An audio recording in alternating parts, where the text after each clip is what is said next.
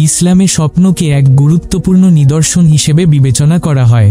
এটি কখনো আল্লাহর পক্ষ থেকে সুসংবাদ, কখনো শয়তানের প্ররোচনা, আবার কখনো মানুষের চিন্তার প্রতিফলন। কিন্তু আপনি কি জানেন, কিছু বিশেষ স্বপ্ন এমন আছে যা আল্লাহর কাছ থেকে জান্নাতের সুসংবাদ হতে পারে? আজকের ভিডিওতে আমরা আলোচনা করব 3টি বিশেষ স্বপ্ন নিয়ে, যেগুলো আপনাকে জান্নাতের পথে অনুপ্রাণিত করবে।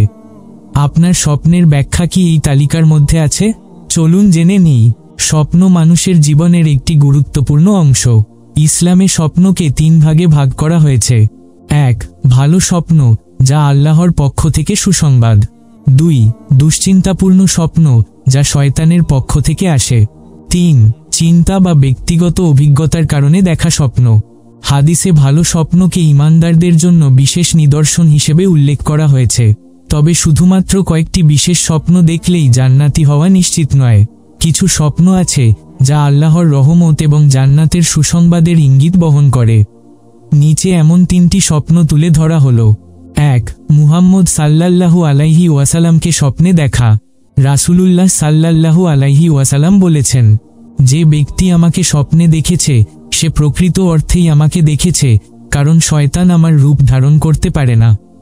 সহিহ বুখারী, হাদিস নম্বর 6996।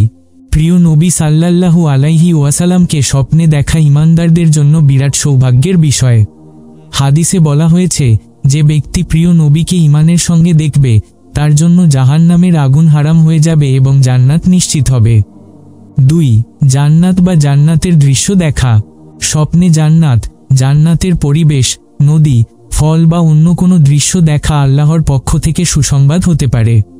এটি ইঙ্গিত দেয় স্বপ্নদ্রষ্টার জীবনে এমন কিছু সৎকর্ম রয়েছে যা তাকে জান্নাতের পথে নিয়ে যেতে পারে। জান্নাতের ফল খাওয়া জ্ঞান ও ইলম অর্জনের প্রতীক। জান্নাতের পানি, শরবত বা দুধ পান করা প্রজ্ঞা, জ্ঞান এবং সম্পদ লাভের ইঙ্গিত। জান্নাতে প্রবেশ জীবনে সম্মান ও সম্পদের প্রতীক। তবে এসব স্বপ্নের অর্থ হল সৎকর্মে আরও অগ্রগামী হওয়া এবং আল্লাহর পথে অটুট থাকা। 3. ফেরেশতাদের দেখা এবং জান্নাতের সুসংবাদ শোনা।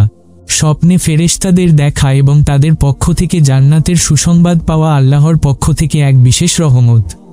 কোরআনে আল্লাহ বলেছেন, যারা বলে আমাদের প্রভু আল্লাহ এবং এরপর দৃঢ় থাকে, তাদের প্রতি ফেরেশতারা অবতীর্ণ হয় এবং বলে, তোমরা ভীত হয়ো না, দুঃখ করো না এবং সেই জান্নাতের সুসংবাদ গ্রহণ করো যার প্রতিশ্রুতি তোমাদের দেওয়া হয়েছে। সূরা হামিম সাজদা, আয়াত 30। এই ধরনের স্বপ্ন ঈমানদারের জন্য একটি মহান বার্তা, তবে এটি চূড়ান্ত নিশ্চয়তা নয়। জান্নাতি হওয়ার জন্য ঈমান, সৎকর্ম, আল্লাহর রহমত এবং পাপ থেকে দূরে থাকা অপরিহার্য।